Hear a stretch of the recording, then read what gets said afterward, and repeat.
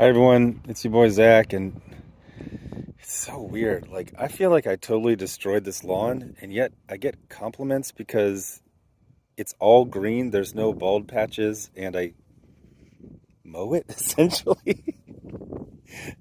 I don't wait for the HOA to say something. It's the most mowed lawn. The lawn is the equivalent of those bumper stickers that say "Don't laugh, it's paid for." But yeah, I mean, yeah, it's very crisp edges. I finally got an edge trimmer, or as I call it erroneously, a weed whacker. And it's funny, I went to a subject matter expert, government name, a Mexican, and I kept telling him, I was like, man, I'm having problems every time I'll use an entire spool in like one session to do the lawn. And they're like, oh, you're doing it wrong, you're doing it wrong. And finally, they came over. I was like, here you go, Mexican American, show me. And it was the same thing for them. I don't know the deal. It's supposed to only the the string either snaps when it hits basically anything that isn't grass, or it well, yeah, that's what it does. Basically, it's fine for grass, but if it's anything like the sidewalk, it instantly snaps. And I feel like I'm changing, or I'm fiddling with. Okay, whatever. Get to the subject. So anyway, as you know, I've been doing concentrating for the last, I guess, year or so on right-wing YouTubers. And I feel like I'm a very understandable person. Like, I usually explain things, or you can figure it out from reference or inference or context. But anyway, after catching up on a lot of late books, I started going to the movies. And I realized that a lot of YouTubers are very dishonest in different ways. Whether they're like Critical Drinker, where he literally fakes reviews, he doesn't watch the movie, or he doesn't watch it in full, or he doesn't watch it while paying attention, or someone like Nerdrotic, who has a narrative and he just mentions I got to tell you, watching Gary's review of Alien Earth and actually watching the show, it's like, yes, he did watch it, but he didn't watch it to enjoy it. He watched it to hate it. So he just found, like I said, if A New Hope came out, Gary would just talk about that one scene where the stormtrooper hits the door while it's going up. So, I've been concentrating on a few individuals who I think are bad for comics and pop culture in general. I keep getting the Zach, you've changed, but it hasn't really changed. Nothing's changed. I am defending art and culture when I see it being attacked. It was attacked by the left for the first few years of my channel, and now it's being attacked by the right constantly, for money. And so with Wes, it's been a thing of, I've said this a million times, when you're on the frickin' the combat outpost, and everyone's facing outboard, and they're firing their M4s and their 240s and their saws, you go, oh, this is great. We're all together. But if you see the saw gunner, a few years later, and he's in Kmart, sorry, they don't have Kmart, Walmart, and he's firing the 240, you go, oh, shit, he just likes to shoot people. He doesn't really care. I was very sad when comics were awful, and then they got better. My assumption was always that everybody would be happy. But that doesn't get clicks. So we found out that a lot of people were here for the culture war instead of the culture. So I did a community post, I think yesterday, and I'm just, a lot of this is straw that broke the camel's back type of situation, where it's like, I'll get the comments. It's like, oh, Zach, is this really that bad? It's a slow drip. It's like, Chinese water torture and saying to someone, is one drop of water really that bad? Well, no, not one drop of water, but a constant steady drip. And Wes specifically has a bit he does where he tries to make comics sound like the most awful, industry and hobby, and then once a week say, oh yeah, there was 6 good books that came out, like as an aside. Like that's everything. That's I was going to use a sports analogy, but it slipped out of my head just as I was about to say it. that's match game. That's winning. That's, they're always talking about winning, but my idea of winning is there's enough good comics and movies and video games. I'm getting to Jedi Survivor, and they got this Metal Gear Solid Delta that looks pretty cool. I did get that Indiana Jones game, and it's just not good. It isn't good. Nothing to do with woke or DEI. It's very channelized, so it reminds me of like a lot of like PS2 games, but not in a good way. But anyway, so one of the phrases I've been using lately is tourist. A tourist is someone who just kind of dips in and has very strong opinions. Although usually you travel to some place you like, and then you get to know it and you talk about it. But we're finding a lot of tourists, whether it be Wes or Heather Ontos, to just go, oh, here's a hobby and an industry that has no self-esteem. Let me just do whatever the hell I want. And I'm like, no. I've been here since 1988 on a weekly basis. A couple breaks here and there, usually for poverty or deployments, but it's like a lot of time. Like, I didn't start this when like Obama was president or later. Like, I actually care about this. This isn't just something I did, to kind of like look like I have a personality. Like, this is kind of a life's pursuit, a lifelong love. So inevitably, when you're not super specific, somebody's going to catch some strays. So it looks like Doc feels like I was attacking him. And I did not watch the entire video. I watched literally just the first couple seconds. It's like, I can't stand this guy. I can't take this shit.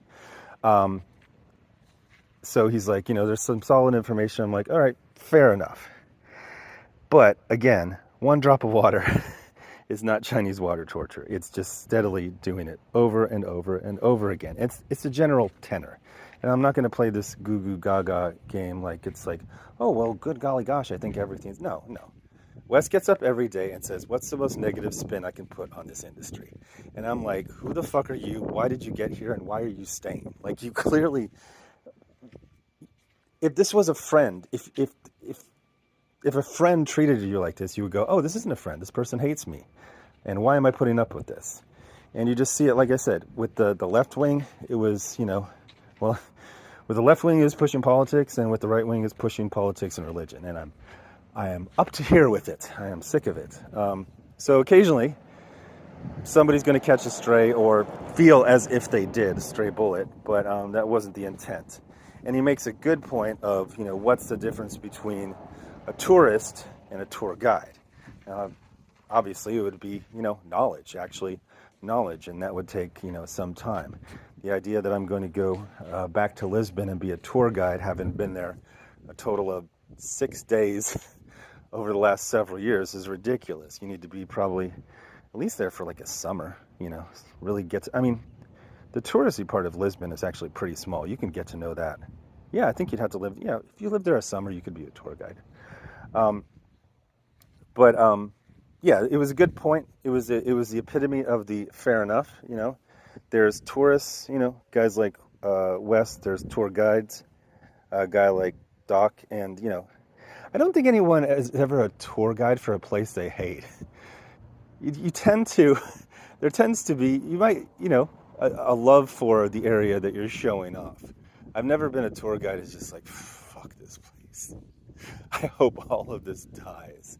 Perch had a really good video. I think it was from like today or yesterday, where he was talking about, the constant need for people to say comics is dead. And then he said, is comics dead, or is it just dead to you? Dead to you is fine. You should just move on. But I think the real point is, as with a lot of things, I think it's the money. I remember a couple months ago, Wes was saying, like, why would Zach do this? It doesn't get clicks. It's like, big sigh. I don't think that was overly dramatic, but it's like, man, you just don't get it, do you? The idea that, like, I would only say stuff for clicks was something that I've loved my entire life. And, 1988, that's just like going to the comic book shop, There was, 5 years earlier getting into G.I. Joe comics. I just saw a really great, I kind of didn't remember this. I thought it was an advertisement for the Terrordrome, but they were calling it like the Cobra launch base, which is weird.